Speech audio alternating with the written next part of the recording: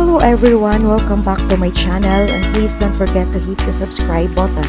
Karon sa ato ang topic guys, kay effective ba ang kining dahon nga gabon nga kanang makit-an nato gani sa atong likod ra sa balay sa papawala o pampatanggal ng panganganay sa ato ang mga kamot kanabang nagbulgol ang atong mga kamot ba tungod sa kanang gitawag nila og pasmo daw sa kusog or nasubrahan na og trabaho, nasubrahan na gamit ang imong hands or sa bisan unsa nga parte sa imong lawas sa imong barong bukton or bisan unsa na mao ni siya guys ang gabon. So nanguha na ko og dahon diri sa likod sa among balay. So actually tambal be kuno ni siya pod sa mga kanaganing napiang ka nga nakubag, tambal sa panuhot kuno taklap pa daw na nimo. Actually ganahan jud ko sa baho ani niya kay humutan kay ko ani gyud as in.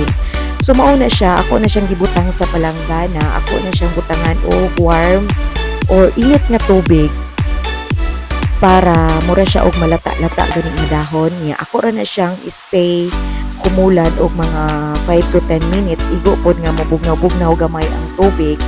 Dayon pagkahuman ana no mo na siya guys, ako na siyang ihapnik, i-try na tarungon ako na siya og butang kay para kanang mura siya malata-lata yun, mainitan jud siya.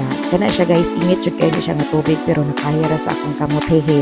Kubalon guni nga akong kamot good so mao na siya. Nya mao na siya guys, gamay ra man gud na init nga tubig ang akong gibutang. Kay wala lang kadali ko. Gamay ra man pud na siya nga dahon. So gitarong na nakog hapnik diha. And then after ana guys, after mga 5 to 10 minutes, medyo malata-lata na siya. Ako na dayon na siyang pigsangon or kumot-kumuton para mura siya og ang katas gani niya no tan-awa ng tubig medyo nalain na og color may pagka-green na. So mao na siya gihumol na nako kung kamot diha guys. Humol ko og mga pila ka minutes. Dahil siya karang tubig diha. So dili na kay na init ng tubig guys, makaya na siya. So mura na.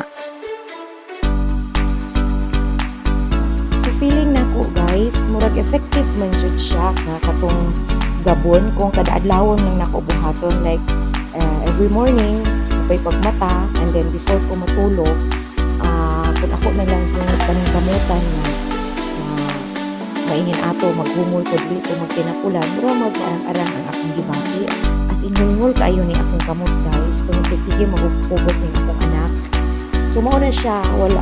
Pwede ninyo testingan kay inyong kaugalingon kung di ko ganahan magpa-check up.